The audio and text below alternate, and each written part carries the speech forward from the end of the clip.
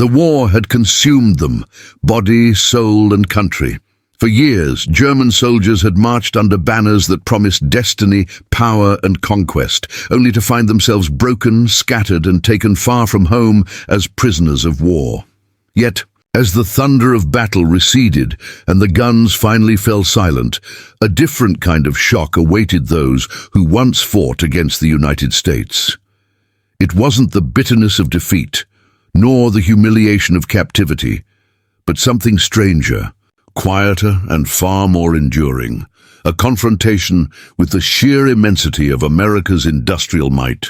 In barbed wire camps across the South and Midwest, men who had once placed their faith in a crumbling Reich now found themselves staring at a new kind of empire, one forged not in fear and tyranny, but in the colossal output of factories, fields, and railways that seemed to stretch without end.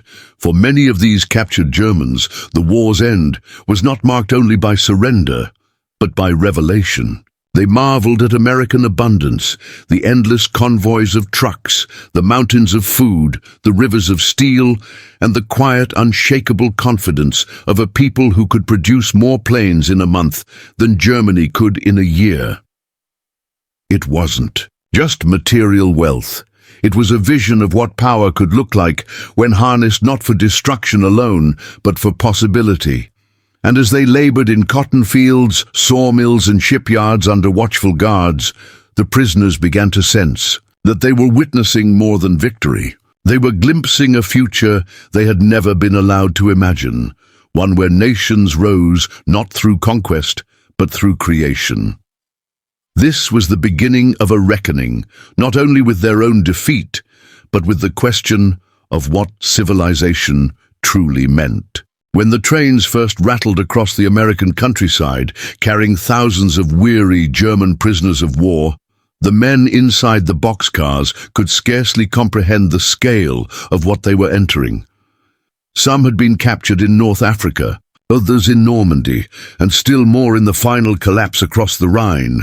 Each one had marched, fought, bled, and watched their world fall into ruins. But nothing in Europe, not the burning cities, not the shattered bridges, not even the vast Russian plains, had prepared them for what they now saw unfolding beyond the iron slits of the railcar windows.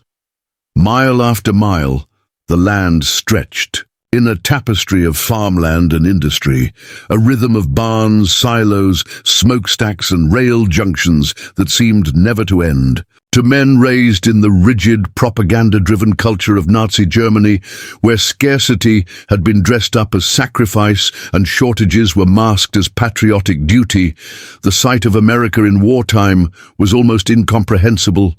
Fields swelled with crops, highways ran with convoys of trucks, and every small town appeared alive with activity, as though untouched by the devastation that had consumed Europe. The prisoners muttered among themselves in low voices, some incredulous, others angry, a few silent in resignation. They had been told that America was a land of softness, a country without discipline, where materialism had corroded any sense of strength.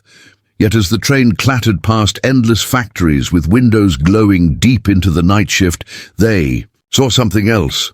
A nation that had mobilized, not reluctantly, but with an energy so vast it seemed to dwarf even their imagination of war. To many, it was the first time they realized why Germany had lost, not merely on the battlefield, but in the very balance of production. The Reich could craft wonder weapons, yes, rockets and jet planes whispered about in rumor and occasionally seen in the sky, but it could not match the raw, ceaseless output of a country that built Liberty ships faster than submarines could sink them, or churned out bombers by the thousands while still filling grocery shelves. As the train slowed into a camp in the American heartland, the prisoners were herded out into fenced compounds, some still dazed from the ocean crossing. Guards watched them closely, but there was no cruelty in their manner. Instead, the POWs found themselves in an environment oddly pragmatic, almost matter-of-fact. They were fed regularly, sometimes better than they had eaten on the front lines, and they were put to work. For the first time in years, many of these young men had 3 solid meals a day, clean clothing and the space to breathe. Yet it wasn't comfort that unsettled them most.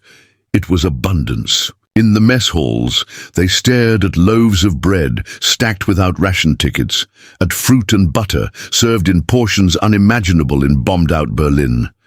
They whispered among themselves that this country, even at war, lived better than Germans. And in peace, the work details carried them deeper into this revelation. They were assigned to farms where tractors replaced horses, to sawmills where machinery seemed to hum endlessly, and to factories where conveyor belts ran without pause.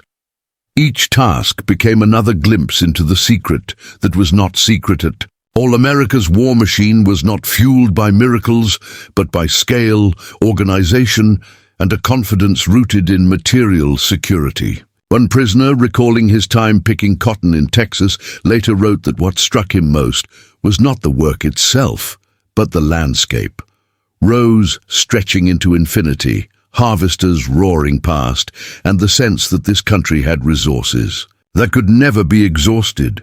Others, stationed in the Midwest, marveled at trains that seemed longer than any they had seen in Europe, freight cars rumbling endlessly with coal, oil, grain, and steel. To them, it felt like standing in the shadow of something larger than victory. It felt like standing in the presence of inevitability. Yet beneath the awe was also reflection. These were men who had fought under a system that preached supremacy, that insisted Germany was destined to dominate. But in the quiet rhythm of American fields and factories, they were forced to confront another truth. Supremacy was not claimed by ideology alone. It was built, measured, and sustained by what a nation could create. As they labored under the southern sun or the northern winds, they began to sense that their own country had not only lost the war, it had lost the very contest of civilization. In America, production was not an illusion staged by propaganda. It was a living fact, visible in every silo, every rail car, every shipment of goods that passed them by. For the prisoners, the war's end was no longer an abstract concept announced in distant dispatches. It was here, in the soil, in the steel, in the abundance that surrounded them. And though they were captives, they were witnesses too. Witnesses to the industrial might that had written the final chapter of their Reich's downfall. Life inside the barbed wire enclosures settled into a strange rhythm, one that was at once foreign, yet strangely familiar to the German prisoners. They awoke at dawn, heard the clatter of boots and the roll call barked by guards, and marched, out in work detachments. But unlike the rigid, punishing drills of the Wehrmacht, here their daily toil carried an undercurrent of quiet revelation. The land was open, the sky vast, and everywhere around them the hum of American life continued with astonishing ease. In Germany, prisoners had seen their cities reduced to rubble, their families living under the constant wail of air raid sirens, their mothers queuing for hours to collect meager rations. Yet in America, even in wartime, the countryside pulsed with an unshakable calm. Towns bustled with shops still open, children played in the streets, and grocery stores displayed shelves laden with food. For the Germans, it was like stepping through a looking glass, as if they had fallen out of a collapsing empire into a parallel world that seemed immune to destruction. The shock of abundance never entirely faded. Prisoners working on farms were stunned to see farmers complaining about shortages while pouring out milk they could not sell, or leaving crops unharvested because prices had fallen too low. In Germany, every scrap had been hoarded, every ounce of food stretched until it became almost unrecognizable. To see waste, even casual waste, was both offensive and awe-inspiring. It hinted at a country so wealthy, so productive, that it could afford to throw away what others would have killed to obtain. And the prisoners noticed something deeper. This excess was not born of conquest, but of organization and resources that seemed to spring naturally from the land. In their eyes, America was not merely rich, it was inexhaustible. Some whispered bitterly that Germany had been doomed from the start, that their leaders had picked a fight, not just with armies, but with a machine of prosperity that no ideology could match. As weeks turned into months, the Germans began to study their captors more closely. They saw that the American war effort was not confined to soldiers at the front, but woven into every layer of society. Women worked in fields and factories with a determination that startled men raised in a culture where such roles were dismissed. Young boys collected scrap metal, old men volunteered for civil defense, and everywhere the prisoners saw the confidence of a people who believed utterly in their cause. It wasn't blind fanaticism like they had known under Hitler. It was quieter, steadier, rooted in the belief that this war was not merely a struggle for territory, but for a way of life. And this realization gnawed at them. In whispered conversations behind barracks walls, they admitted to each other that Germany had demanded obedience through fear, while America seemed to command loyalty through opportunity. That distinction haunted them more than rifles or barbed wire ever could, but even within captivity, the contradictions were everywhere. Prisoners who had endured hunger on the Russian front now found themselves fed meat, bread, and even coffee, luxuries they had not known in years. They were given books, newspapers, and sometimes even films. Many were encouraged to learn English, and some attended lectures organized by camp officers. It was bewildering. Their captors were treating them not as subhuman enemies, but as men, who might one day rejoin the world beyond the wire. Some resisted, clinging to the old ideology, sneering at American softness. Yet others began to wonder if they had been lied to their entire lives. Was it possible that strength did not always roar in parades and propaganda, but whispered instead in the steady turning of machines, in the laughter of children who did? Not fear bombs, in the simple fact that a loaf of bread could be set on a table without ration stamps. The war was ending, though none of them could say when the final word would be spoken. Rumors drifted through the camps of Germany's collapse, the Allies crossing the Rhine, the Russians storming Berlin. Some prisoners refused to believe it, insisting that miracle weapons or last stands would change everything. But when newspapers reached them, when guards whispered news of surrender, the truth settled in with the weight of inevitability. They were not just prisoners of war anymore. They were witnesses to a world that had already moved beyond the ruins of their old one. The barbed wire that enclosed them no longer felt like the mark of captivity. Instead, it was a frame, a vantage point from which they could observe a civilization that seemed, in every way, to embody the future. For men who had been raised on the rhetoric of destiny, it was humbling to realize that destiny had chosen another nation entirely. For many of the German prisoners, the most jarring experience was not the abundance of food or the sight of American machinery, but the startling humanity with which they were treated. They had been told, endlessly, that the Allies were monsters who would enslave and torment them. That capture was a fate worse than death. Yet in the camps, they found guards who were stern, but not cruel, civilians who regarded them with curiosity rather than hatred, and an overall atmosphere that seemed utterly alien compared to what they had been prepared for. In Germany, prisoners of war, especially Russians, had been starved, beaten, and worked to death. Here, even as the war raged on, the men were given medical care, fair rations, and the dignity of work that did not grind them into dust. Some struggled to reconcile this with their beliefs. How could the enemy, the so-called decadent Americans, treat them with more decency than their own leaders had shown toward foreign captives? It was a quiet, corrosive question that gnawed at whatever loyalty remained. The work outside the camps became a window into American society. Farmers relied heavily on POW labor during harvest season, and in many rural towns, the sight of German soldiers working the fields became almost commonplace. The locals, at first wary, slowly grew accustomed to their presence. Some even exchanged brief words or gestures of kindness, a cigarette passed through the fence, a smile, a nod of recognition. For young Germans who had been raised to believe in an iron wall between nations and peoples, these small moments were transformative. They realized that their captors did not see them solely as enemies, but as men. And in these fleeting human exchanges, something inside them shifted. Ideology, drilled into them since childhood, began to erode in the face of ordinary decency. The prisoners also encountered American leisure and culture in unexpected ways.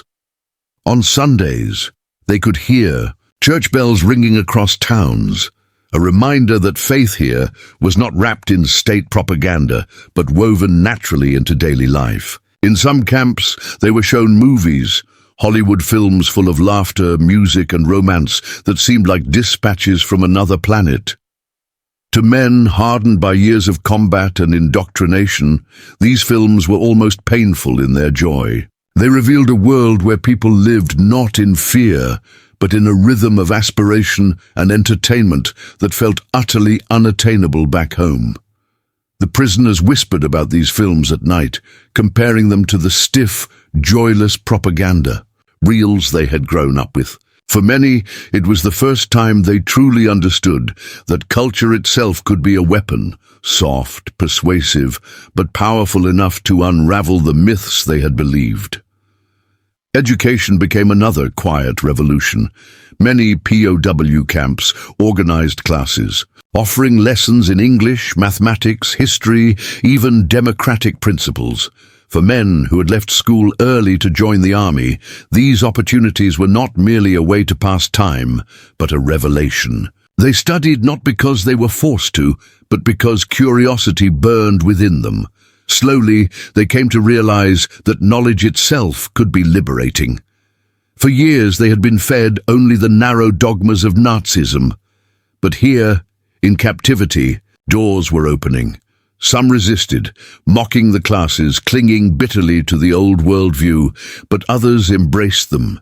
They began to question not only why Germany had lost, but whether it had ever truly deserved to win. By the end of the war, thousands of German prisoners would leave America with a fundamentally altered perspective, carrying seeds of change that would later take root in their homeland. And yet, even amid this transformation, there lingered a haunting sense of dislocation. These men had lost a war, lost comrades, and in many cases lost their families back home to bombings or starvation. The camp fences reminded them daily of their defeat. But beyond the wire, they could see another truth, that the world was already moving forward, carried on the shoulders of a country whose power lay not in destruction, but in creation. For German prisoners, it was a bitter paradox. They were captives, powerless, yet at the same time they were privileged witnesses to a civilization that was reshaping the future. They began to realize that America's greatest weapon had not been its tanks or planes, but its ability to make the ordinary extraordinary, to transform abundance into resilience and resilience into victory. As the months wore on and the war's final days thundered across Europe, the German prisoners in America found themselves suspended in a strange limbo, defeated soldiers, yet oddly protected, exiled from their homeland, yet immersed in a new world that seemed to contradict everything they had been told. News of Germany's downfall trickled through the camps in fragments. Hitler dead in Berlin, the Reich in ruins, cities flattened, civilians starving. Some of the men broke down upon hearing it, weeping openly in the barracks as the reality of their shattered world sank in. Others fell into bitter silence, unwilling to accept that the great 1,000-year Reich had ended in just 12 years of blood and rubble. And yet, amid the grief and anger, There was also a peculiar sense of relief. For many, captivity had saved them from the charnel house that Europe had become.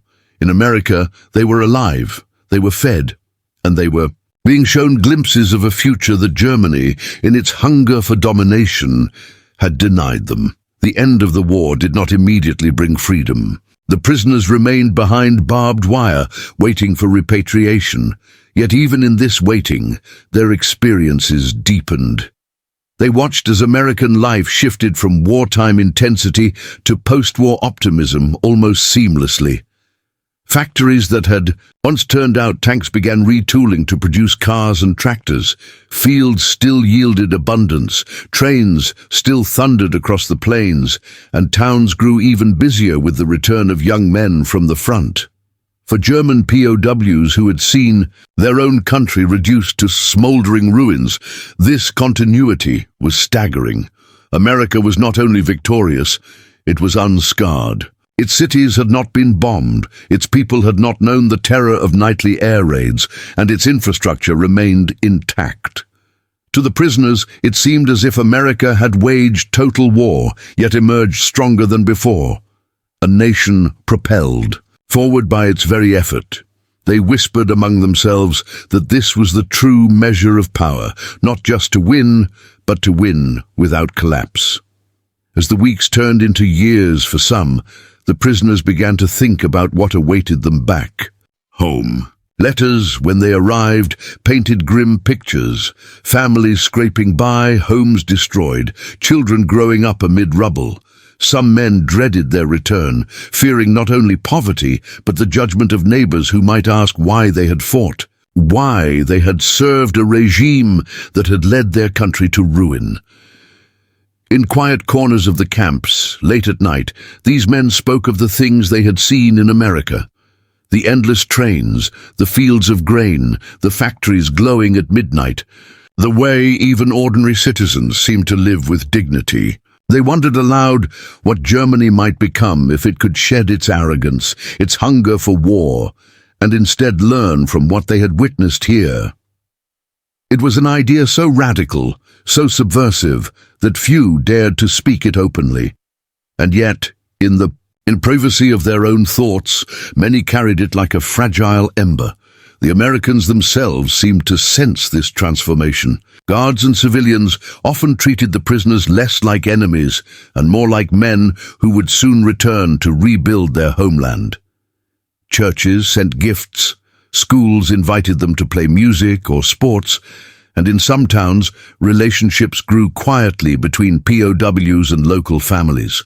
There were, of course, strict rules and the ever-present fences, but there was also a recognition that these young men were not demons, but human beings, trapped in a war they had not chosen. For many of the Germans, these encounters left indelible marks. They saw that strength could coexist with mercy, that victory did not demand humiliation, and that respect could be given even to the defeated. These lessons would linger long after the barbed wire came down. When the time for repatriation finally arrived, the prisoners boarded trains and ships once more, heading not toward battle, but toward a homeland in ruins.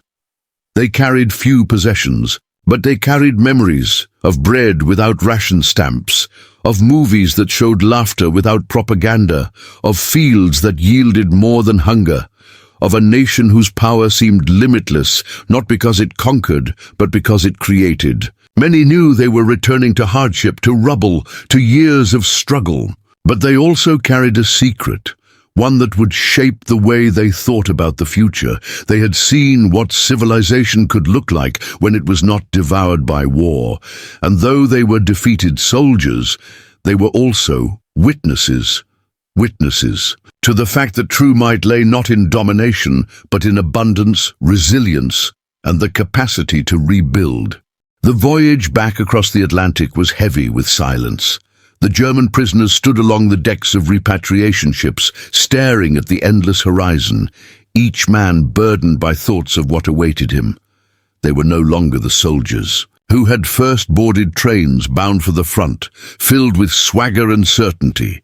They were men who had looked into the heart of their enemy's society and seen a strength that defied everything they had been taught. Some carried bitterness, unwilling to let go of their pride, clinging to the belief that Germany had been betrayed or outnumbered rather than truly defeated. But others, perhaps most, carried something different, a gnawing awareness that the war had not been lost simply on battlefields, but in the factories, farms, and homes of a nation whose power lay not in ideology, but in the everyday abundance of its people. When the ships reached Europe, the contrast was devastating. The ports they disembarked into were ruins, harbors choked with twisted steel, warehouses collapsed into rubble, entire cities flattened by years of bombardment. Streets were crowded with hollow-eyed civilians scavenging for food, and children played not with toys, but with debris. For men who had spent months or even years in America, the return was almost surreal. The Germany they had left behind was gone, and what remained looked less like a homeland and more like the skeleton of a nation. The abundance of America, the trains groaning with supplies, the fields stretching into the horizon, the factories glowing deep into the night, seemed like a dream now, one that mocked the wasteland of their reality. Many wept quietly, not only for what had been lost, but for what they now knew could have been possible had their country chosen a different path. And yet, out of this despair, seeds of something new began to stir. Some former POWs carried their memories of America into the work of rebuilding. They spoke to neighbors and families about the efficiency they had witnessed, the fairness they had felt, the astonishing productivity that came not from fear, but from freedom. In their words, small cracks appeared in the old world view that had once exalted domination and obedience. They realized that strength could be measured not by how much fear a regime commanded, but by how much security it provided its people. Slowly, quietly, these men began to shape the conversations that would guide Germany toward a different future. They became part of a generation that would turn away from militarism and toward industry, commerce, and democracy. And though not all of them embraced these lessons, enough did that the echoes of their time in captivity rippled through the post-war years. Looking back, some former prisoners admitted that captivity in America had been one of the most formative experiences of their lives. They remembered the bewildering sight of farmers pouring out milk they could not sell, the first time they saw a Hollywood film filled with music and laughter, the astonishing generosity of strangers who treated them, not as enemies but as men.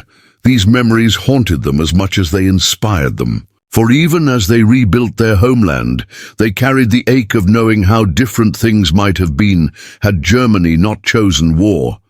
And in their private thoughts, they wrestled with questions that went far beyond politics or ideology. What makes a nation strong? What makes it humane? What makes it endure? For men who had once believed in conquest as the only path, the answers they had glimpsed in captivity would never leave them. Thus, the story of the German prisoners in America was not simply one of defeat or survival. It was the story of a revelation, an awakening to the idea that true power lies not in weapons alone, but in the ability to sustain life, to nourish, to create. As they returned to the rubble of their homeland, many carried with them not just memories of captivity, but a vision of what civilization could be. And in that vision lay the possibility of redemption, not only for themselves, but for the nation they would help rebuild from the ashes. The journey of these men, captured soldiers who became unwilling witnesses to America's industrial might, reveals something profound about the nature of power and the fragility of human destiny. Wars are fought with weapons, but they are won, in the deepest sense, by the societies that sustain those weapons. For the German prisoners, captivity became a mirror. In America's abundance, they saw their own nation's scarcity. In America's quiet confidence, they heard the hollow echoes of their own leaders' empty promises. And in that contrast lay not only the story of defeat, but the possibility of transformation. The lesson endures far beyond the war itself. True strength is not born of conquest but of creation. It is not measured in parades or in fear, but in the resilience of ordinary lives lived with dignity. Nations rise and fall not only on the fields of battle, but in the way they cultivate their soil, organize their factories, educate their children, and care for their people. For the German prisoners of war, America was not simply the enemy. It was a glimpse of a future where power could be harnessed not for destruction, but for possibility. And perhaps that is the deepest meaning of their story. Even in defeat, even in captivity, they were allowed to witness what it meant to build rather than to destroy. In the end, they carried that vision home, into the ruins of their homeland and into the uncertain dawn of a new era.